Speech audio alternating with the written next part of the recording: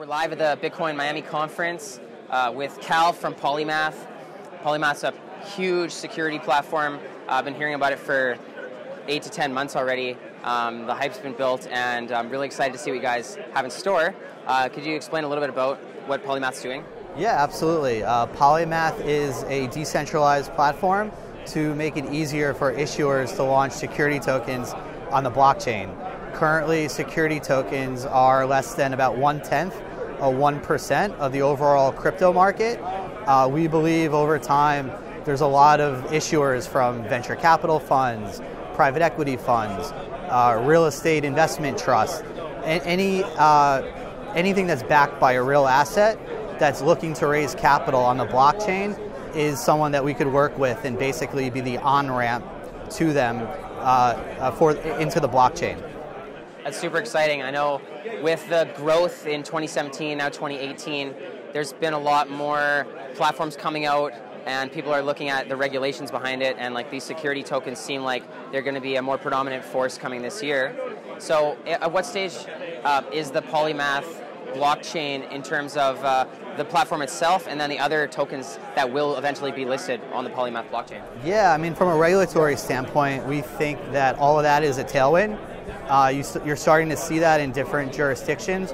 Regulators are starting to sharpen their pencils and really think about I mean, they're taking a holistic view, but increasingly you're seeing regulators come down on certain projects.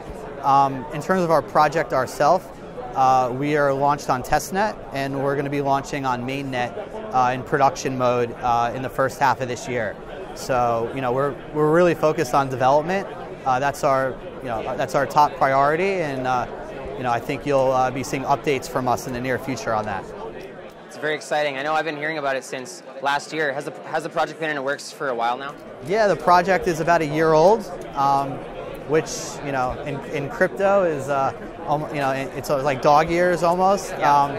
But security tokens itself, most people aren't aware, is a relatively new concept. They're only about 9 months old. Yeah. So, which is one reason why we've not seen the mass adoption like utility tokens, which is the predominant majority of the crypto market. So, now that at this conference, compared to the last conference we were at 2 or 3 months ago, people are starting to understand security tokens better, and issuers are starting to become more aware of it, and we're really starting to see a better understanding and more uptake. So we're really excited, and I think the next 12 months will be really big for security tokens. Awesome, I'd agree. So in terms of we know that there are differences and there's more regulation involved in these security tokens. How will it work with crypto exchanges? Will you still be able to list on a regular crypto exchange and people will still be able to buy it just as easily?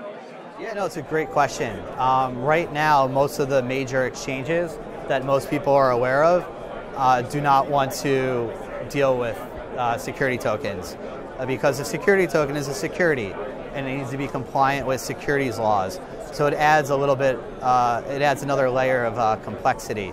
That said, you have some really well-capitalized players with really big balance sheets, like T0, for example, that is the parent company's Overstock.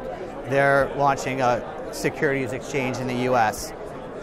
There's about half a dozen other security token exchanges that are in the process of launching. And because, again, it's a relatively fresh new market, you're really starting to see people coalesce and a lot of developers that are now looking at this to build off of. That's very exciting.